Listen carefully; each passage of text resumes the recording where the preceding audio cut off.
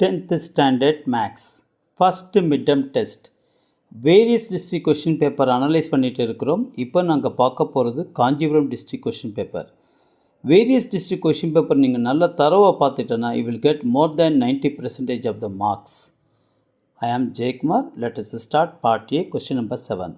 If in triangles ABC and EDF, AB by DE is equal to BC by FD, then there will be similar when. எந்த ஆங்கிளில் வந்து சிமிலராக இருக்கும்னு கேட்குறாங்க.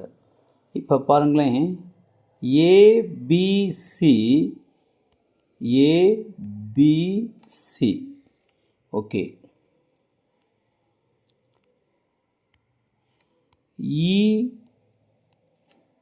EDF இந்த ரெண்டு triangles வந்து சிமிலராக இருக்கணும்னா similar triangles have concurrent.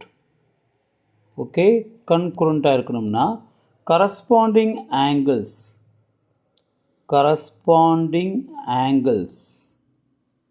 and the corresponding sides are in proportion. Okay, நல்ல ஞாபகத்தில் வச்சுக்கோங்க. கரஸ்பாண்டிங் சைட்ஸ் ஆர் இன் ப்ரொப்போர்ஷனில் கொடுத்துருக்காப்புல பாருங்கள், AB by DE.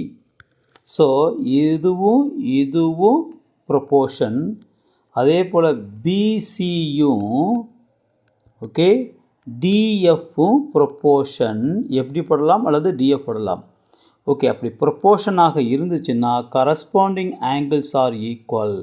corresponding anglesனால் angle A is equal to angle E, angle B is equal to angle D, angle C is equal to angle F.